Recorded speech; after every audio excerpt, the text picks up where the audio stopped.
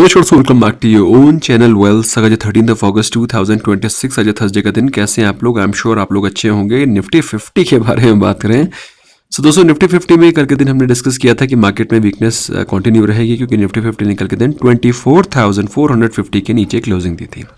आज के दिन निफ्टी 50 ने अगर आप देखें, लोज को देखें तो ऑलमोस्ट 24,300 320 के आसपास के लोज निफ्टी 50 ने लगाए थे, और ये मोमेंटम, ये वीकनेस आगे भी कंटिन्यू रह सकती है। अब दोस्तों, इंटरेस्टिंग चीज़ क्या है कि मार्केट जिस लेवल पर ओपन होता है उस लेवल को टच ही नहीं करता। ऐसा पिछले 3-4 दिनों से, इनफैक्ट जब से ये CAS लगा है, तो अगर आप देखें तो मार्केट ओपन गैप अप होता है और उसके बाद पूरे दिन नीचे ही चलता चला जाता है। आपको कैंडल्स यही बयां कर रही हैं। आप देख पा रहे होंगे कि मार्केट जिस लेवल पर ओपन होता है उस ऑल्दो इस कैंडल को अगर छोड़ दें तो बाकी जितनी भी रेड कैंडल्स बन रही हैं, हमको उसी प्रकार की कैंडल्स दिखाई पड़ रही हैं। अल्टीमेटली अगर आप देखें तो लास्ट में आज के वही 10 मिनट्स में 15 मिनट्स में हमको फिर से एक अच्छी खासी अपसाइड दिखाई पड़ी। लास्ट के 1 मिनट कैंडल को अगर आप देखें तो फ्रॉम 24,350 से ऑलमोस्ट 24,395, मोटा मोटा अगर आप पकड़ के चलें तो ऑलमोस्ट 50 पॉइंट की अपसाइड आज की जितनी भी मूवमेंट हुई है उसमें 50 पॉइंट की अपसाइड सिर्फ लास्ट के 1 मिनट में हुई है। उसको अगर आप लास्ट के 15 मिनट काउंट कर सकते हैं तो लास्ट के 15 मिनट में 50 पॉइंट्स का अपसाइड हुआ है। अगर उस 50 मिनट्स के अपसाइड को अगर हटा दें तो आज के दिन मार्केट 90 पॉइंट्स नेगेटिव गिरा है as compared to yesterday. Nifty Bank में 250 पॉइंट से गिरावट थी और सेंसेक्स में माइल्डली पॉजिटिव था। मिड कैप और स्मॉल कैप इंडेक्स में माइल्ड सी बाइंग दिखाई पड़ रही थी। दोस्तों, स्टॉक स्पेसिफिक एक्शन चल रहा है, स्टॉक स्पेसिफिक मोमेंटम दिखाई पड़ रहा है। हम लोगों ने भी आज के दिन एक स्टॉक बाय किया था जिसका नाम है RBA, उसको हम लोग आगे स्टडी करेंगे। गिफ्ट निफ्टी के बारे में बात करें तो गिफ्ट निफ्टी प्रेजेंटली 24,489 पर चल रहा है। यूरोपियन मार्केट्स में पॉजिटिविटी है, माइल्ड सी डाउ जोन्स का फ्यूचर भी माइल्डली पॉजिटिव ट्रेड करा। तो कुल मिलाकर के चीज़ें अगर आप पकड़ के चले तो things are looking decent, things are looking not very negative, but 24,450 के लेवल्स को ब्रीच करने के बाद जो नेक्स्ट टारगेट हम लोग ने ऑलरेडी आपके साथ डिस्कस कर रखे हैं, दे आर 24,150। अच्छा, अब अगर आप ये जानना चाहते हैं कि 24,450 ही हमने क्यों पकड़ा था, उसके पीछे का रीज़न, लॉजिक क्या है, तो दोस्तों यहाँ पर आज के दिन मैंने एक वीडियो भी रिकॉर्ड किया है स्मार्ट मनी कॉन्सेप्ट का, जिसको कि ऑफ कोर्स मैं कोर्स के फॉर्म में 15 अगस्त को लॉन्च कर रहा हूँ। उसमें मैंने कैटेगोरिकली एक्सप्लेन किया है व्हाई पीपल थिंक कि यहाँ से मार्केट रिवर्स कर जाएगी, but ultimately they and up getting trap. और वही चीज़ हम आपको बताते हैं, और वही चीज़ मार्केट में अगर आप देखें तो मार्केट में आपको दिखाई पड़ती है। 24,450 से मार्केट ने आज के दिन ऑलरेडी 24,300 के लेवल्स टच कर दिए। 150 पॉइंट की गिरावट भी आपको होती हुई दिखाई पड़ेगी। So very simple, very lucid strategies. क्योंकि क्या है कि यूट्यूब में कई सारे लोग हैं जो एक ने वीडियो बनाया नहीं अधिक कचरे ज्ञान से, बाकी सबने भी वही कॉपी कर देना है। क्योंकि अल्टीमेटली ट्रेडर्स, रियल ट्रेडर्स बहुत ही कम है मार्केट में। इसीलिए I am urging that you should not waste this opportunity. और 15 अगस्त को हम लोग डिस्काउंट भी ऑफर करेंगे आपको, so that will be 1 day discount. जो भी सब्सक्राइब करना चाहते हैं, यू मोस्ट वेलकम। अगर आप देखें मार्केट में आपको बहुत ज़्यादा मोमेंटम, बहुत ज़्यादा गैप, बहुत ज़्यादा डिफरेंस एडवांस डिक्लाइन रेशो में दिखाई नहीं पड़ेगा। मार्केट बिल्कुल रेंज बाउंड चल रहा है, और ये रेंज बाउंड चलने का रीज़न क्या है? पुट कॉल रेशो 1 के पास बना हुआ है, वॉलेटिलिटी 12 के नीचे चली गई है। ऐसे में दोस्तों एडवांस डिक्लाइन रेशो में आपको ज़्यादा गैप दिखाई नहीं पड़ेगा। और अगर बाई चांस थोड़ा सा गैप है भी तो मार्केट अल्टीमेटली वहीं पर ही अटक जाती है जहां पर ओपनिंग होती है। और ये बड़े प्लेयर्स का ट्रैप है। अगर आप उससे पूछें कि ये ट्रैप कैसे है, कैसे ट्रैप आइडेंटिफाई करते हैं, कहाँ पे ट्रैप आइडेंटिफाई करते हैं, और कैसे आइडेंटिफाई करते हैं कहाँ पर लिक्विडिटी है, कहाँ पर बाइंग जोन्स हैं, कहाँ पर ट्रैप जोन्स हैं, ये सारी चीज़ें हम लोगों ने डिस्कस करी हैं। फिलहाल टॉप गेनर्स के बारे में बात करें, एस्ट्रल में 8.5% की तेज़ी दिखाई पड़ी हमको आज के दिन। एस्ट्रल के चार्ट को स्टडी करेंगे, बहुत हाई पोटेंशियल चार्ट है, अपसाइड सॉलिड दिखाई पड़ रही है। सोलर इंडस्ट्री 8.5% ऊपर है, नेटवेब 7% ऊपर। नेटवेब में भी मुझे अच्छा पोटेंशियल दिखाई पड़ रहा है। शारदा एनर्जी, ओ हो क्या चार्ट था, बट शारदा एनर्जी अच्छा खासा ऑलरेडी भाग चुका है। GPL 6% ऊपर है। तो एस्ट्रल, सोलर इंडस्ट्री और नेटवेब के चार्ट को हम लोग फिर से स्टडी करेंगे। लूजर्स में CP प्लस है 5% डाउन। CP प्लस अगेन बढ़िया कंपनी, बढ़िया business model, but over valued. Over valuation में हम लोग घुसते नहीं है, जैसा कि आप लोग जानते हैं। Page industries, national aluminium, PWL, अपार इंडस्ट्रीज, ये सारे के सारे टॉप लूजर्स थे। अपार इंडस्ट्री में कल के दिन हमको राउंडिंग बॉटम का ब्रेकआउट दिखाई पड़ा और आज के दिन ही ऑपरेटर्स ने स्टॉक को गिरा दिया। अब क्यों गिरा दिया, कब तक गिरेगा, ये चीज़ मैंने लाइव सेशन में आज के दिन उस वीडियो में रिकॉर्ड करी है। वहीं बात रही लास्ट एक हफ्ते के आउट परफॉर्मेंस के बारे में, लास्ट एक हफ्ते में फिन केबल 25% ऊपर है, ग्लैंड फार्मा 16.5% ऊपर है, न्यूलैंड लैब, पेटीएम, सेफायर और परफॉर्मर्स है। अच्छा, इसमें एक और भी चीज़ है, कई सारे लोग ये भी सोच रहे होंगे कि आप कोर्स को इतना एडवर्टाइज क्यों कर रहे हैं, क्यों फ्री क्यों नहीं दे देते, है ना, अगर आप इतने बड़े ट्रेडर हैं तो भाई मेरा सिंपल सा मानना है, आप लोग बिल्कुल ना खरीदें, लेकिन मैं उसको फ्री में डालने वाला नहीं हूँ, क्योंकि फ्री में डालने में जो स्ट्रैटेजी 2 साल चलने वाली होती है वो 2 महीने में ही फुस हो जाती है। क्योंकि क्या होता है कि एक पैटर्न क्रिएट हो जाता है मार्केट में, और एक पैटर्न क्रिएट करने के बाद ये आजकल इस प्रकार की इंडस्ट्री है कि आप वीडियो डालेंगे नहीं कि 10 लोग उसी तरीके की वीडियो और डाल देंगे, तो वो पैटर्न ऑपरेटर्स को क्लियर कट दिखाई पड़ जाता है और फिर वो दैट स्ट्रैटेजी गोज फॉर 6। तो that is the reason why if you want to subscribe it's okay, if you don't want to subscribe that's okay. वहीं बात करें हम लोग लूजर्स में, Godrej consumers product, FSL, PI industries, Aegis logistics, NLC India, ये सारे के सारे लास्ट एक हफ्ते के टॉप अंडर परफॉर्मर्स हैं। वहीं निफ्टी 50 के बारे में बात रहे हैं तो निफ्टी 50 में आज के दिन टाटा कंज्यूमर्स में हमको 2.5% की तेजी दिखाई पड़ी। कई सारे लोग इस प्रकार का प्रेडिक्शन लगा रहे हैं कि टाटा ग्रुप के जो चेयरमैन हैं चंद्रशेखर जी, वो एग्जिट मार रहे हैं। अब उनके एग्जिट मारने की वजह से टाटा मोटर्स के शेयर क्रैश कर जाएंगे, but I have my different opinion. दोस्तों, ये सारी की सारी जो कंपनी है ना, बहुत ही प्रोफेशनली मैनेज होती हैं। किसी एक अपॉइंटमेंट के जाने से न जाने से बहुत फर्क नहीं पड़ेगा। I do not disagree, I am not saying कि कोई फर्क नहीं पड़ेगा, फर्क पड़ता है। स्पेशली चंद्रशेखरन जी काफ़ी समय से टाटा ग्रुप के साथ एसोसिएटेड थे, तो ऐसे टॉप बॉस का जाना थोड़ा सा तो वैक्यूम क्रिएट करता है, लेक्यूम क्रिएट करता है। बट अगर आप देखें आज के दिन भी टाटा कंज्यूमर 2.5% ऊपर था, TMP भी 2% ऊपर था, और लूजर्स में कोई भी टाटा ग्रुप का शेयर नहीं है। ठीक है, तो पॉजिटिव ही स्टॉक दिखाई पड़ रहे हैं, निगेटिव कोई भी नहीं है। और इसके अलावा निगेटिव में Hindalco, ICICI bank, UltraTech cement, Grasim, power grid, ये सारे के सारे टॉप लूजर्स हैं। वहीं लास्ट एक हफ्ते के बारे में बात रहे हैं, BEL, टाइटन, रिलायंस, ओहो रिलायंस में भी तेज़ी है, उसके बावजूद मार्केट अटकी हुई है। SBI में तो मैंने ऑलरेडी आपको बता रखा है, SBI का चार्ट पॉजिटिव दिखाई पड़ रहा है। डॉक्टर रेड्डीज, ये सारे के सारे आउट परफॉर्मर्स हैं। टूटा है max health, Bajaj finance, power grid, trend, Tata steel. लेकिन मार्केट क्या एक्यूमुलेट कर रहा है दोस्तों, मार्केट एक्यूमुलेट कर रहा है बजाज फिनसर्व, मार्केट एक्यूमुलेट कर रहा है SBI life, Cipla, JSW steel, UltraTech cement. UltraTech cement में तो दोस्तों आज के दिन बल्क डील थी, प्रमोटर्स ने इसमें एग्जिट किया है। प्रमोटर्स ने एग्जिट इसलिए किया है, इस प्रकार के रूमर्स हैं कि वो प्रमोटर्स आइडिया में कैपिटल इन्फ्यूज़ करना चाहते हैं, बट मेरा ऐसा मानना नहीं है भाई। आइडिया में इन्फ्यूज़ करना चाहते हैं नहीं करना चाहते हैं, वो उनकी चॉइस है। हमें फोकस करना है अल्ट्राटेक सीमेंट में। अल्ट्राटेक सीमेंट से प्रमोटर ने अपनी कैपिटल को निकाला, और आइडिया जो बिजनेसमैन होते हैं ना, they are very very very very clever people. मतलब when I say clever people, they are very intelligent people, smart people, क्योंकि उनको मालूम होता है कि गुड मनी के पीछे गुड मनी लगानी है। We should not be pumping bad money, good money in the bad money. तो बेसिकली गुड मनी को गुड जगह पे लगाइए, बैड मनी को बैड जगह पे लगाइए, या फिर बैड मनी जहाँ पे बैड जगह है वहाँ पर पैसे लगाइए नहीं। फिलहाल अल्ट्राटेक सीमेंट में आज के दिन अच्छा एक्यूमुलेशन दिखाई पड़ा है। किसने किसने एक्यूमुलेट किया उसको मैं मॉर्निंग अपडेट में आपको बताने की कोशिश करूंगा। सो निफ्टी 50 में आउटलुक अभी भी नेगेटिव बना हुआ है, कोई खास मुझे रीजन नहीं नजर आ रहा why Nifty 50 should be positive. Nifty 50 should be hitting the levels of 24,150। वहीं बात करें हम लोग सेंसेक्स के बारे में, तो सेंसेक्स में भी अगर आप देखें तो वीकनेस ही चल रही है, स्ट्रेंथ में भी कोई ज़्यादा खास नहीं है। थोड़ा सा रिजेक्शन हमको दिखाई पड़ रहा है 77,500-600 के लेवल्स पर, यहाँ पर प्राइस रिजेक्ट कर रहा है, तो ऐसा लग रहा है कि यहाँ से थोड़ा सा पुल बैक आ सकता है, लेकिन अभी फिलहाल कोई भी पॉसिबिलिटी दिखाई नहीं पड़ रही है।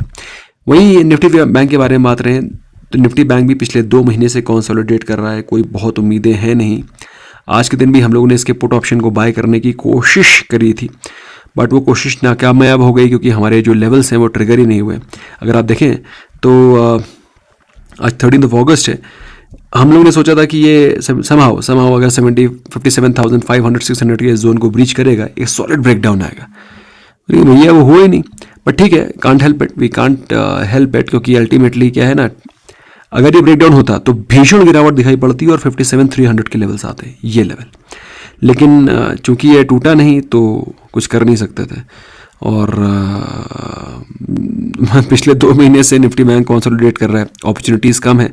तो कई सारे लोग जो ये सोच रहे हैं कि बहुत ज़्यादा अपॉर्चुनिटीज़ नहीं है और बहुत ज़्यादा ट्रेडिंग अपॉर्चुनिटीज़ को कैसे कैपिटलाइज करें, तो उसका एक ही ऑप्शन है, go for stock specific action. हम लोग भी बहुत ज़्यादा ट्रेड्स नहीं ले रहे हैं, we are taking very limited trades, और इन लिमिटेड ट्रेड्स में अपनी एक्यूरेसी को मेंटेन रखते हैं, अपने टारगेट्स को मेंटेन रखते हैं। आज के दिन भी FIS ने सेलिंग करी है 510 करोड़ की, लेकिन DIS की हेफ्टी बाइंग हुई है ऑलमोस्ट 4300 करोड़ की। तो नेट अगर आप पकड़ के चलें तो 3800 करोड़ की नेट बाइंग हुई है, प्राइमरली लेड बाय DIS। तो ये चीज़ तो क्लियर हो गई। अच्छा, हमने कौन से स्टॉक को बाय किया था उसको मैंने ऑलरेडी आपको बता दिया है, लेकिन उसके चार्ट को मैं आपके लिए स्टडी कर देता हूँ। मुझे इसमें अच्छा पोटेंशियल दिखाई पड़ रहा है, क्योंकि आज के दिन अगर आप स्टॉक को देखें तो हम लोग ने जिस प्राइस से बाय किया था वो था 98। पहला टारगेट था हमारा 102 का, उसके बाद जो नेक्स्ट टारगेट है वो है 108 का। और अगर आप देखें तो स्टॉक ने आज के दिन प्रिसाइजली 102 के लेवल, इनफैक्ट थोड़ा सा ऊपर गया था, 103 तक गया था। हमारा जो पहला टारगेट था वो अचीव हो गया। देखने में ये पहला टारगेट लग रहा है, लेकिन अगर आप इसके परसेंटेज वाइज जाएंगे तो ये 4% का अपसाइड है। तो 4% का अपसाइड हम लोग ने RBA में कैप्चर किया आज के दिन इंट्राडे। अच्छा, अगर आप मुझसे पूछें कि इसमें इतने बड़े बड़े लंबे लंबे टारगेट क्यों आप ले रहे हैं, तो लंबे लंबे टारगेट लेने का रीज़न ये है क्योंकि इसमें पोटेंशियल इमेंस है, और स्टॉक हमको एक डबल बॉटम का पैटर्न शो करने के बाद एक बढ़िया अपसाइड दिखा रहा है। Major resistance will be somewhere close to 120, है ना। तो अपसाइड काफ़ी हद तक क्लियर है। ये स्टॉक जो कि 200 रुपये का शेयर है, 200 रुपये का शेयर आपको 100 रुपीज़ के प्राइस से मिल रहा है। RSI वगैरह स्ट्रॉन्ग है, चीज़ें काफ़ी हद तक इन लाइन है, और इंट्राडे का 4% बन जाते हैं, तो I think you should not be worried much. अब बात कर लेते हैं दोस्तों हम लोग उन स्टॉक्स के बारे में जिसमें कि हम लोगों ने डिस्कस किया था पोटेंशियल बड़ा सुंदर है। पहला स्टॉक है एस्ट्रल। अब एस्ट्रल आज के दिन 9% ऊपर था। हालांकि एस्ट्रल से ज़्यादा पसंद मुझे सुप्रीम इंडस्ट्री है, बट एस्ट्रल के अगर आप चार्ट को देखें, मैं आपको डेली चार्ट लगाता हूं तो फिर आपको समझ में आएगा। एस्ट्रल के चार्ट को अगर आप देखें तो यहाँ पर एस्ट्रल अपने जो इम्पॉर्टेंट 1350 1365 का जो ये जोन है, यहाँ पर कई बार रिजेक्शन ले चुका है, देख रहे हो आप। तो मार्केट यहाँ पर पिछले 2 साल 1.5 साल से बना हुआ है। अब चूंकि अभी का जो प्राइस है वो प्राइस सितंबर अक्टूबर 2024 में भी था, तो मोटा मोटा अगर आप पकड़ के चलें तो 2 साल से स्टॉक इसी प्राइस पे कंसोलिडेट कर रहा है। लेकिन अभी रिलेटिव स्ट्रेंथ इंडेक्स इंप्रूव हो गया है, स्टॉक का जो मूवमेंट है वो भी काफ़ी पॉजिटिव हो गया है। और अगर कोई लेवल स्टॉक पिछले 2 साल से अगर ब्रीच नहीं कर रहा है तो हम ये फेयरली अज्यूम कर सकते हैं कि ये स्टॉक ने यहाँ पर बेस बना लिया है। यहाँ से स्टॉक में अपसाइड की उम्मीदें रखनी चाहिए आपको for the targets of 1700, the very first target. और अगर ये ब्रीच कर जाता है तो यहाँ से 1800 के भी टारगेट्स दिखाई पड़ रहे हैं। बट ज़्यादा उम्मीदें नहीं रखनी है, छोटे छोटे टारगेट्स पे टाइम से प्रॉफिट बुक करना है, क्योंकि मार्केट में उतना ज़्यादा मोमेंटम है नहीं कि आप अगले दिन, वरना हम लोग तो ऐसे भी ट्रेड लेते हैं जिसमें कि अगले दिन अपर सर्किट लगता है, लेकिन वो भी टाइम अलग होते हैं, है ना। जब मार्केट में मोमेंटम होता है, मार्केट में पैसा होता है, तो इस तरह के काम होते हैं। फिलहाल अब देखो, जैसे कि एग्जांपल के तौर पे S&P 500 जो US की मार्केट में S&P 500 है वो ऑल टाइम हाई पर है। तो इसमें जो पैसा है वो इंडियन मार्केट्स में ज़्यादा आ नहीं रहा है, क्योंकि इनको मालूम है कि इंडिया की जो पॉलिसीज़ हैं वो काफ़ी क्रिपल्ड हैं at this point in time. Election से पहले चीज़ें सुधरेंगी अब इलेक्शन से पहले ही क्यों सुधरेंगी वो सब चीज़ें आपको पता है। डेल्टा वाटर के आज के दिन रिजल्ट्स आए, रिजल्ट्स आर एबिसमली पुअर, जैसा कि हम लोगों ने कल के दिन भी देखा था। तो अगर आप बात करें पिछले साल के कंपैरिजन में प्रॉफिट 40% डाउन है। पिछले क्वार्टर से मैंने आपको बताया है कि जून का जो क्वार्टर होता है वहाँ पर कई सारे ऑर्डर मिलते हैं, क्योंकि मानसून से पहले चीज़ों को सुधारने की कोशिश की जाती है गवर्नमेंट के द्वारा।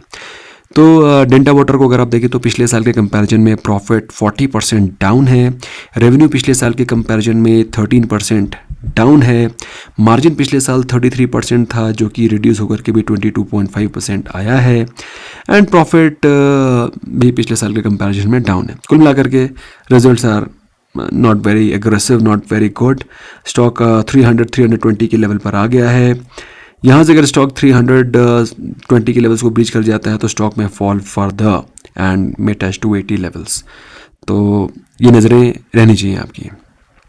अच्छे रिजल्ट्स में कुछ अच्छे रिजल्ट्स भी हैं, let's discuss those results. For example Arrow Green Tech, बढ़िया रिजल्ट्स कंपनी ने पोस्ट किए हैं, और अगर आप देखें तो स्टॉक पिछले साल के कंपैरिजन में 151% का प्रॉफिट ग्रोथ शो कर रहा है।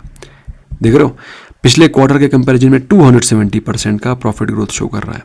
रेवेन्यू पिछले साल के कंपैरिजन में डबल हो गए हैं, 111% अप है और पिछले क्वार्टर के कंपैरिजन में 110% अप। बढ़िया नंबर्स हैं। मार्जिन भी इंप्रूव हुए हैं। पिछले क्वार्टर में मार्जिन 25% थे, पिछले साल मार्जिन 35% थे, अभी मार्जिन 41% आए। बढ़िया, बहुत बढ़िया। लेकिन स्टॉक को अगर आप देखें, 350 रुपये का शेयर था आज से 3-4 महीने पहले, 350 रुपये का शेयर डबल से भी ज़्यादा हो चुका है। तो काफ़ी हद तक ये पॉजिटिविटी फैक्टर इन हो गई है। रिजल्ट्स अच्छे आए हैं बट यहाँ पर वैल्यू आपको ज़्यादा मिल नहीं रही है।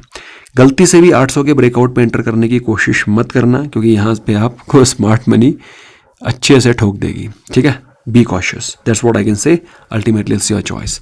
अब आप पूछेंगे ऐसे क्यों ठोक देगी, क्या है, वो तो आपको समय बताएगा। फिलहाल एशियन एनर्जी के बारे में बात रहे हैं तो एशियन एनर्जी में भी बढ़िया रिजल्ट्स आए हैं और अच्छे रिजल्ट्स की ही उम्मीदें भी थी, अच्छे रिजल्ट्स ही आए हैं। अगेन जैसे कि मैंने आपको बताया, ये स्टॉक 2026 मार्च अप्रैल में जहाँ पर 200-250 के प्राइस पे था, वो भी 400 के प्राइस पे चला गया है, डबल हो गया है कि नहीं। और प्रॉफिट 129% ऊपर है। पिछले साल के कंपैरिजन में quarter on quarter profit 61% down है। रेवेन्यू पिछले साल के कंपैरिजन में 135% ऊपर है, पिछले क्वार्टर के कंपैरिजन में 20% डाउन है। ठीक है, तो कम से कम एरो ग्रीन टेक के कंपैरिजन में results are weak and I expect stock to react somewhat negatively. ठीक है, अच्छा, कुछ अच्छे रिजल्ट्स आपको बताने पड़ेंगे। अच्छे रिजल्ट्स में आप स्टडी करिए, या फिर अच्छी न्यूज़ के बारे में बात करें तो अच्छे रिजल्ट्स में आप सोलार इंडस्ट्री को स्टडी करिए। अब सोलार इंडस्ट्री के डिसेंट रिजल्ट्स हैं और आज अच्छा स्टॉक रिएक्ट भी कर रहा था। सोलार इंडस्ट्री को अगर आप देखें तो पिछले साल के कंपैरिजन में प्रॉफिट 89% ऊपर है, पिछले क्वार्टर के कंपैरिजन में 20% ऊपर है। रेवेन्यू पिछले साल के कंपैरिजन में 70% ऊपर है, पिछले क्वार्टर के कंपैरिजन में 20% ऊपर है। बढ़िया नंबर्स हैं। मार्जिन्स पिछले साल थे 25% के, जो कि बढ़ करके अभी आए हैं 28% के आसपास। पिछले क्वार्टर में भी 27.1% मार्जिन थे। ओवरऑल बढ़िया रिजल्ट्स।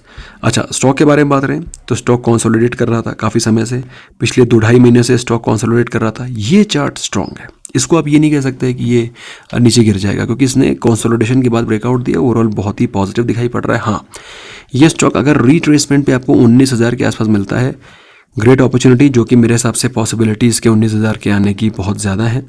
और स्टॉक हैज़ पोटेंशियल, एक्सप्लोसिव बनाने वाली कंपनी है और India has a long way to go. ठीक है, और बाकी दीज आर दी कंपनीज जिस पे कि आपकी नज़रें होनी चाहिए।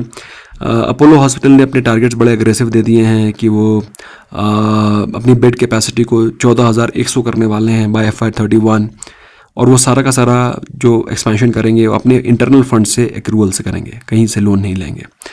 ठीक है, अच्छा, इसके बारे में बात करें तो जैसे कि आप देख पा रहे हैं इसका जो ट्रेंड है वो पॉजिटिव बना हुआ है। इस दोनों ट्रेंड लाइन को जोड़ लेना, देख रहे हो, तो ये यहाँ तक जाने की क्षमता रखता है, 22,000 तक की जाने की क्षमता रखता है। बाई चांस अगर ये गिर के 19,000 के आसपास मिल जाए, great opportunity. So that is all from my friends. बाकी कुछ इंपॉर्टेंट रिजल्ट्स, कुछ अच्छे रिजल्ट्स हैं जो कि हमने अभी कवर नहीं किया। Will cover them in morning update. Do not miss out. See you there. Bye bye for now.